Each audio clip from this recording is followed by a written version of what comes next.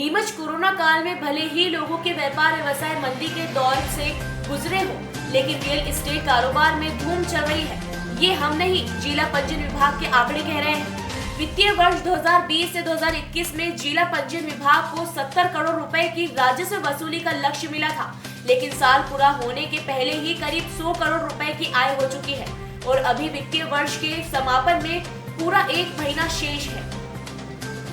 उल्लेखनीय है कि वित्तीय वर्ष 2020 से 2021 को कोरोना ने जमकर प्रभावित किया था।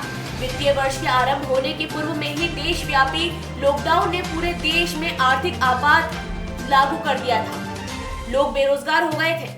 छोटे और लघु व्यापार व्यवसाय लगभग चौपट होने की स्थिति में पहुंच गए थे। वैसे तो नीमच शहर में जमीनों की गाइडलाइन प्रदेश के दूसरे शहरों के मुकाबले बहुत अधिक है, लेकिन पिछली कांग्रेस सरकार ने जनता को राहत देने के लिए वर्ष 2019 से 2020 की गाइडलाइन में 20% की कटौती कर दी थी। इधर कोरोना काल के कारण 2020 से 2021 की गाइडलाइन में वृद्धि नहीं हुई, जिसे देख लग रहा था कि चालू वित्तीय वर्ष में नीमच जिला तय लक्ष्य के करीब भी नहीं पहुंच पाएगा। लेकिन कोरोना काल में लोगों ने अन्य कारोबार में निवेश करने के बजाय रियल एस्टेट में जमकर निवेश किया, जिसका असर ये रहा कि नीमच में रजिस्ट्री से होने वाली आय का आंकड़ा 100 करोड़ रुपए पहुंच गया है। वहीं जानकारों की माने तो उनका साफ कहना है कि नीमच में ब्लैक मनी बहुत है, जिसको रियल एस्टेट में खपाया जाता है, जिसके कारण लॉकडाउन कोरोना जैसी महामारी का हमारे जिले पर कोई असर नहीं पड़ा।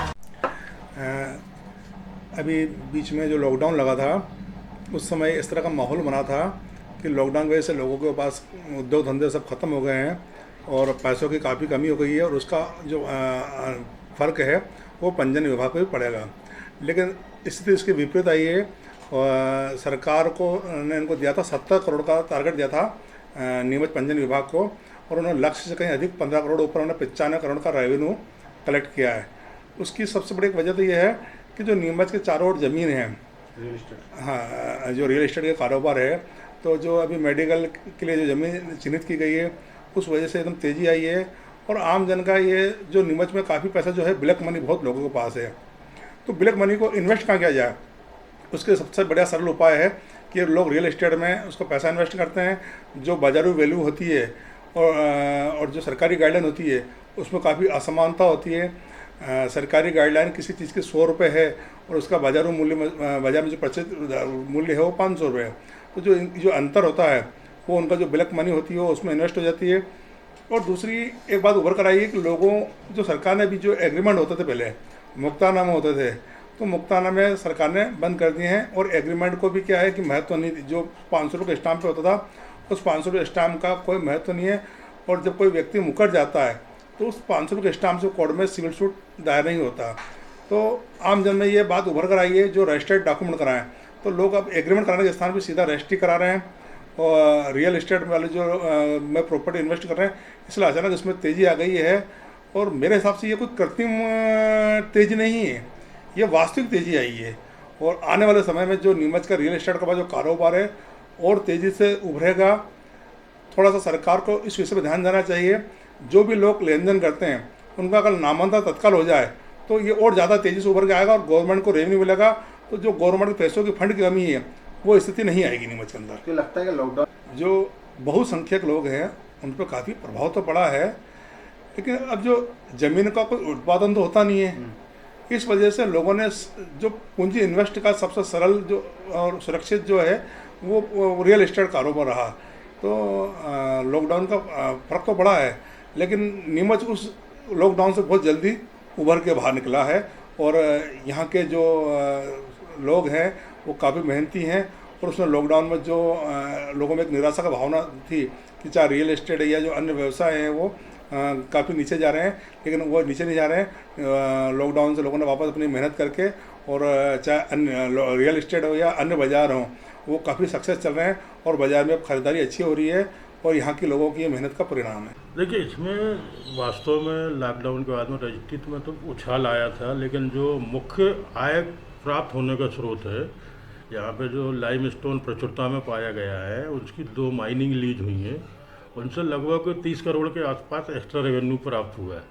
और इतनी रेवेन्यू जनरेटेड डॉक्यूमेंट कई सालों में एक बार आते हैं और उसके अलावा जो बाकी रियल इस्टेट का है, रियल इस्टेट में कोरोना के कारण से सरकार ने मई जून में कुछ छूट दी थी, उसके कारण से डॉक्यूमेंट के पंजीयन में वृद्धि हुई थी। इसके बाद में पुनः पंजीयन शुल्क और नगर निगम शुल्क में भी कुछ छूट दी थी। उनके कारण भी लोगों ने उत्साहपूर्वक शासन की दी गई छूट का लाभ उठा के रजिस्ट्री कराई है।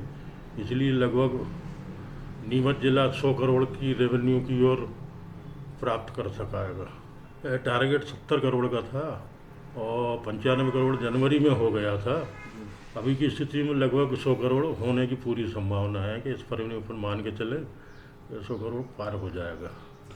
नहीं, फर्क तो पड़ा है।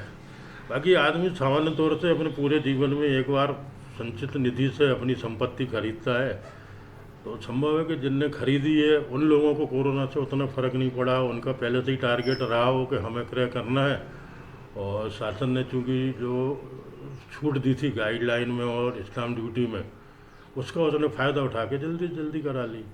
क्योंकि आम आदमी कोई 2 दिन में, 4 दिन में या 1-2 महीने में संपत्ति क्रय करने का विचार नहीं करता है। उसको एक संपत्ति क्रय करने में तैयार होने में मानसिक रूप से वर्षों बीत जाते हैं। हाँ, ये तो सही है। क्या सही है? कि कोरोना के कारण नीमच जिले में खासकर पंजीयन विभाग की आय पे कोई विशेष प्रभाव देखने को तो नहीं मिला है। अब इसमें लाइमस्टोन की लीच की जो सहयोग है उसको दृष्टिगत रखते हुए नीमच से दीपक खदाबिया की ये खास रिपोर्ट।